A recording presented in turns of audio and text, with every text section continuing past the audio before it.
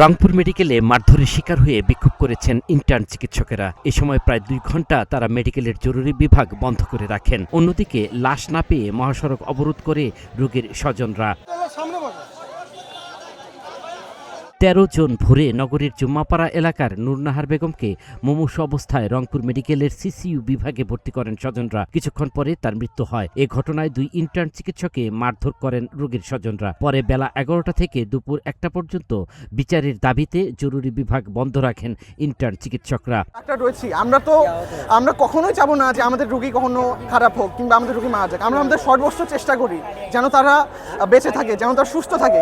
কিন্তু আমরা এই যে আমরা চেষ্টা করছি তাদেরকে বাঁচানোর জন্য, কিন্তু তারা তো আমাদের চেষ্টার এই প্রতিদান দিচ্ছে না। তারা আমাদেরকে হাত তুলবে। এই জন্য আমরা আজকে এখানে অবরোধ করেছি ওই মর্গের সামনে, এবং আমরা কিছুক্ষণ আগে আমাদের ইমার্জেন্সি ইউনিটটি খুলে দিয়েছি, আর সেটা হচ্ছে অবরোধ করা ছিল।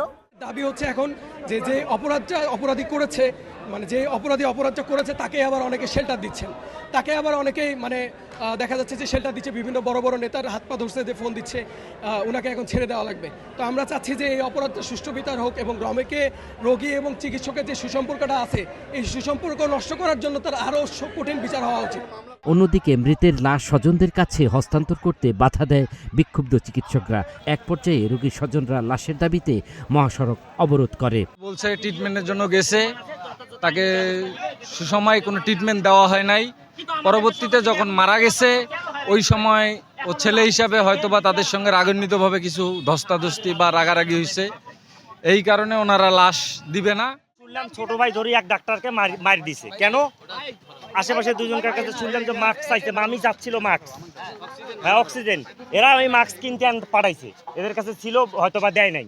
এ ঘটনায় জড়িতদের বিরুদ্ধে আইনি ব্যবস্থা নেওয়ার আশ্বাস মেডিকেল কর্তৃপক্ষের।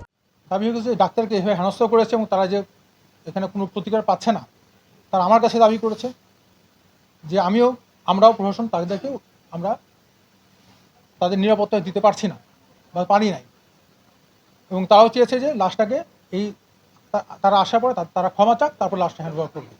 এই জন্য লাশটা হ্যান্ডওভার করতে আমার দেরিও হয়েছে। অতীতে এরকমভাবে আপনারা জানেন যে এখানেও বেশ কয়েক মাস আগে একবার এরকম ডাক্তারের প্রতি আক্রমণ করা হয়েছে, মারা হয়েছে।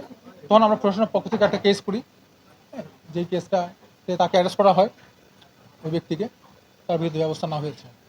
তা এই ক্ষেত্রে আমরা আইনানুগভাবে ব্যবস্থা নিব। দীর্ঘ সময় সড়ক অবরোধ আর জরুরি বিভাগ বন্ধ থাকায় ভোগান্তিতে পড়েন সাধারণ মানুষ। আল মাসুদ নয়ন, নাগরিক প্রতিদিন।